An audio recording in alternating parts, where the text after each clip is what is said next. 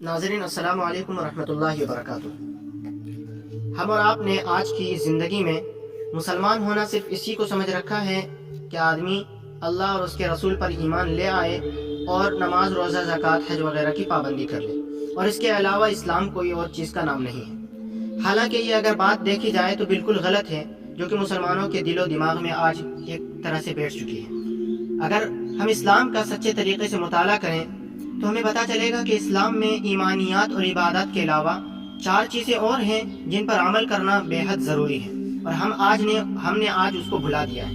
نتیجہ یہ ہوا کہ ہم پستی اور ذلت کے غار میں گر چکے ہیں۔ اگر ہمیں وہاں سے واپس آنا ہے تو ان 4 امور کو اپنانا پڑے گا، اور اپنی زندگی اگر سنوارنی ہے تو ان 4 کو لے کر کے چلنا پڑے گا۔ ہم نے جو صرف 2 چیزوں کو، بنیادی جو 2 چیزیں ہیں، انہی کو پکڑ لیا ہے، اور ہم کہتے ہیں کہ صرف اسی کا نام اسلام ہے، اس کے علاوہ کسی اور چیز کا نام اسلام نہیں ہے۔ یہ بالکل غلط ہے۔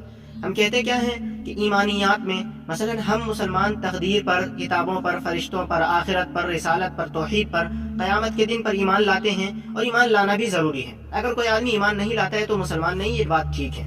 دوسری چیز، عبادات میں ہم نماز، روزہ، حج، زکوٰۃ وغیرہ کو عبادت مانتے ہیں، اور یہ سمجھ بیٹھتے ہیں کہ انہی چیزوں سے ایمان اور اسلام مکمل ہو جاتا ہے۔ لیکن رکیے، یہاں پر ابھی ایمان اور اسلام مکمل نہیں ہوا، بلکہ یہ بھی ایمان کے لیے ازحد ضروری ہے اور بنیادی چیزیں ہیں، لیکن اس کے اسلام کے تکمیل کے لیے جو اور دیگر ضروری چیزیں ہیں ان کو ہم نے آج چھوڑ دیا ہے۔ جیسے 4 نوع کی قسمیں ہیں: اخلاقیات، معاشرت، معاملات اور اسلامیات، اسلامی ریاست۔ تو ہم نے ان 4 کو بھلا دیا، اور ان 4 کے تحت بہت ساری قسمیں آتی ہیں جن سے مل کر ایک سچا پکا آدمی مسلمان بن سکتا ہے۔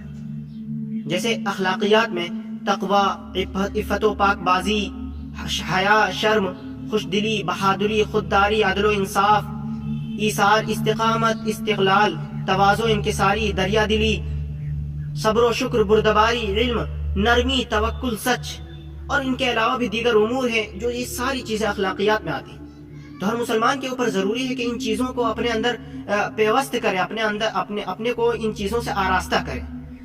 اگر آگے بڑھیں تو معاشرت میں، یعنی زندگی گزارنے کا جو طریقہ ہے، تو ان میں ہمارا ملک، شہر، صفائی ستھرائی، محلہ، جانور، پڑوسی، قریبی رشتہ دار، حقوق والدین، حقوق زوجین، مہر، رضاعت، طلاق، نکاح، اور بھی دیگر امور ہیں جو اس معاشرت کے تحت آتے ہیں، لیکن ہم نے آج اس کو اسلام کا جز مانا ہی نہیں ہے، اور ہم اس کو بھول چکے ہیں۔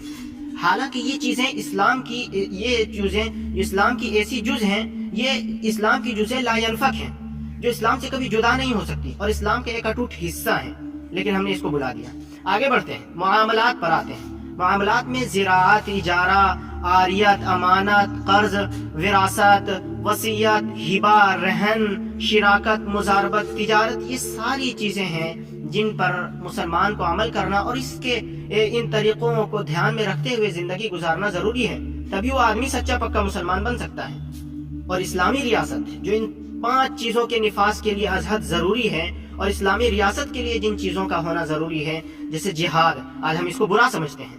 جہاد، فوج، دفاع، خارجی امور، امن و امان، امور داخلہ، پولیس، بیت المال، نظام قضاء، عدالتیں، زکوٰۃ کی ادائیگی، نماز کی پابندی، بری باتوں سے روکنا اور اچھی باتوں کا حکم دینا، یہ ساری چیزیں اسلامی ریاست کے تحت آتی ہیں۔ یاد رکھیں کہ جب سے ہم نے ان اسلامی ریاست اور معاملات، معاشرت، اخلاقیات کو بھلا بیٹھا اور صرف ایمانیات اور عبادات، انہی چیزوں پر ہم نے اسلام کو موقوف کر دیا، اسلام کو روک لیا، اور انہی چیزوں پر ہم نے سمجھ لیا کہ ہماری اسلام اور ایمان کی تکمیل ہو گئی، تو یہ صحیح نہیں ہے۔ بلکہ 4 چیزیں اور ہیں جو بے حد ضروری ہیں، اور ان معاملات میں بھی نکاح، طلاق، رضاعت اور زراعت، معاملات، اسلامی ریاست، ان سارے معاملات میں بھی ایک مسلمان کو چاہیے کہ وہ اسلام کے طریقے پر، اسلام کے بتائے ہوئے قوانین اور ان کے اصول کے تحت اپنی زندگی گزارے۔